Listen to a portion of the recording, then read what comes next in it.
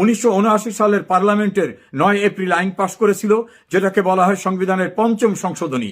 একইভাবে জেনারেল এরশাদ ক্ষমতা দখল করার পরে তিনি ইউজার বার ছিলেন, অবৈধ ক্ষমতা দখলদার, তিনিও 7ম সংশোধনী করে চেষ্টা করেছিলেন বৈধতা দিতে। এই 2টি সংশোধনী সুপ্রিম কোর্ট অবৈধ ঘোষণা করেছে এবং অবৈধ ক্ষমতা দখলদারদের, কৃতকর্মকারীদেরকে বলা হয়েছে রাষ্ট্রদ্রোহী, তস্কর, নানাভাবে অভিহিত করা হয়েছে। আর একটা খুনিদের রক্ষা করার জন্য একটা আইন হয়েছিল, অপারেশন ক্লিন হার্টের সঙ্গে জড়িত যারা, তাদের রক্ষা করার জন্য একটা ইন্ডেমনিটি করা হয়েছিল। সেই দায় মুক্তিও সুপ্রিম কোর্টে চ্যালেঞ্জ হয়েছিল, সুপ্রিম কোর্ট সেটাকে অবৈধ ঘোষণা করেছেন।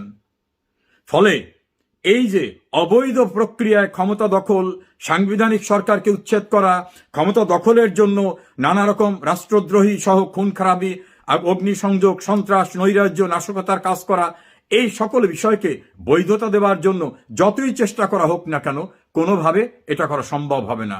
কেউ কেউ বলছেন তাহলে 133টি অর্ডিন্যান্স রাষ্ট্রপতি জারি করছেন, এর পরিণাম কি হবে?